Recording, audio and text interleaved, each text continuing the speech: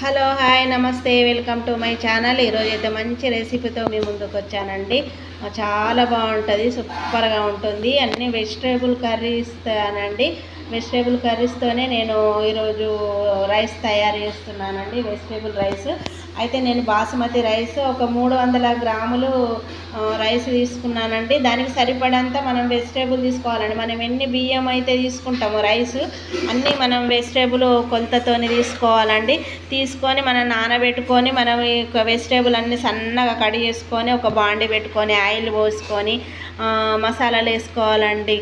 కల్మి చెక్క, సాజీరా, ఇలాయచీ, లవంగాలు, దాల్చిన చెక్క, ఇవి బిర్యానీ ఆకు అన్నీ వేసుకొని మనం ఒకదాని తర్వాత ఒకటి మనం ఏవైతే కట్ చేసుకున్నామో వెజిటేబుల్ అన్నీ మనం అందులో వేసుకొని ఉడకనివ్వాలండి. ఉడకనిచ్చి మనం రుచికి సరిపడంత సాల్ట్ వేసుకోవాలి. ఫస్టే టమాటా వేసుకోవద్దండి, పైనుంచి టమాటా వేసుకోవాలి. అవి ఉడికిన తర్వాత ఆ తర్వాతనేమో మనం రైస్ వేసుకోవాలండి. మనం రైస్ వండుకుంటాం కదా, ఆ రైస్ వండుకొని మనం ఇందులో వెజిటేబుల్ వేసి కలుపుకోవాలండి. కలుపుకొని మనకు ఎంతైతే నెయ్యి పోసుకోవాలనుకుంటామో ఆ నెయ్యి కూడా అందులో కలుపుకొని, అయితే మనం డైరెక్ట్ బాండి పొయ్యి మీద పెట్టాల్సిన అవసరం లేదండి. పెడితే ఎందుకంటే మాడిపోతుంది కాబట్టి ఒకటి ఇనుపది పెనం పెట్టుకొని దానిపైన మనం రైస్ బాండి దానిపైన పెట్టుకోవాలండి. అయితే నేను పచ్చి కొబ్బరి వేసుకున్నానండి. ఒకవేళ మీకు పచ్చి కొబ్బరి లేకపోతే ఎండిన కొబ్బరి కూడా వేసుకొని కలిపి పెట్టుకొని తర్వాత మనము నెయ్యి పోసుకోవాలండి. నెయ్యి మనకు ఎంత వేసుకోవాలనుకుంటే అంత రుచికి సరిపడంత నెయ్యి వేసుకొని కొత్తిమీర వేసుకోవడమేనండి. చాలా బాగుంటుందండి. పిల్లలకు కానీ పెద్దవాళ్ళకి కానీ ఎవరికైనా నచ్చుతుందండి. అప్పుడప్పుడు మనము ఇలాంటివి కూడా రెడీ చేసుకోవాలండి. ఎందుకంటే ఎప్పుడు చికెన్ బిర్యానీ, మటన్ బిర్యానీ అలాంటివి చేస్తాం కదా, అప్పుడప్పుడు మనము ఈ వెజిటేబుల్ రైస్ కూడా మనం చేసుకుంటే ఆరోగ్యానికి కూడా చాలా మంచిదండి.